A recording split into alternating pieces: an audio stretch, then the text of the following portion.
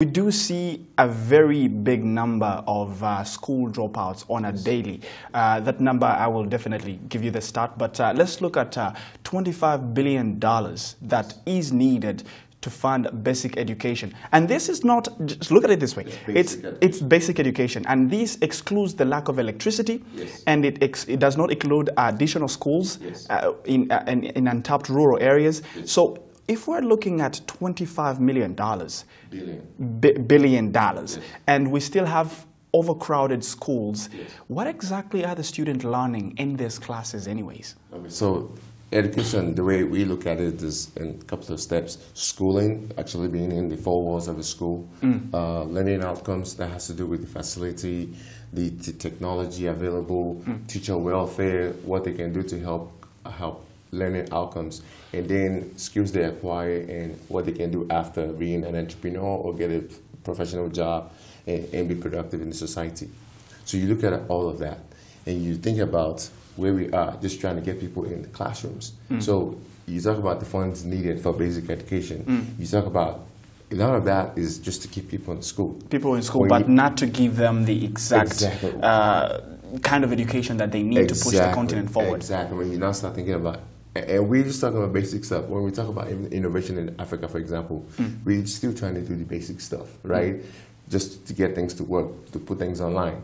On the other parts of the developing world, they're trying to make things faster, efficient, better. Definitely. So we're trying to catch up.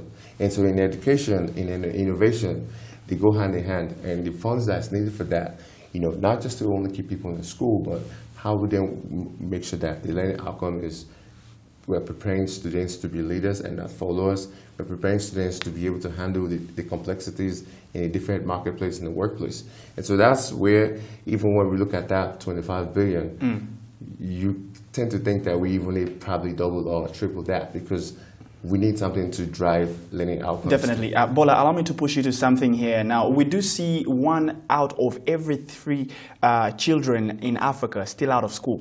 And we're looking at the out-of-school number that is possibly to rise by 2 million in the foreseeable future. Now, if we're talking about this financement of at least 1.8 billion or the 26 billion that we're looking at in dollars, how crucial is it for African governments or even the African Union itself to understand the implication that this will lead to the future of the continent if we don't have really highly skilled or specialized future Africans? To tell you the honest truth, this is what keeps me up at night. This is what really freaks me out. When I look at the numbers, when I look at the 50% growth in youth, the average number in Nigeria, average age is 18 years old. So you think about that for a second. And so you start to look at the numbers and you think to yourself, how are we doing this? The United Nations said countries should put 25% of their budget in education. If you look at Nigeria alone, that's not anywhere close to what is being appropriated for this year and for next year. And we'll see what the 2019 budget will look like. But what we need is for African governments to, they talk about it a lot. You go to conferences, they talk about how education is a priority. We need to see the action, and that action is to come by their budget. We need to see that, education is not at the bottom of their priority list. It needs to be the forefront.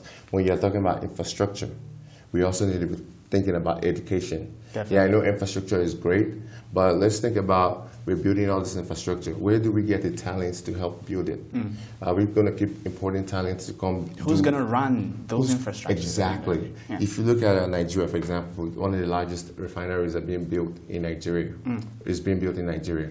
How do we partner with universities to say, okay, let's cultivate talent so that this refinery will be able to sustain it by getting homegrown talent. Okay. But all of that starts with investing in education, in government appropriating the right numbers, because everything will be a chain reaction. The more government puts in money, the more private will also want to invest in education. The more philanthropies will also kick up their pace and put money in education.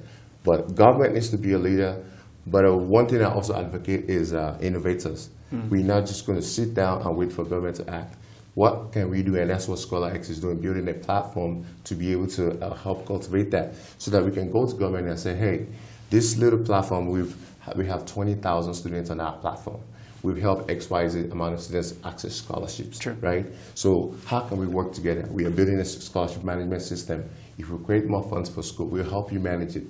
New innovative technologies to be able to drive growth in enrollment, in learning outcomes. Those are the things we want to work on. We just want government to support us, one, with the action in terms of their budget, and then policies that will enable more innovators, more young people to get involved in education.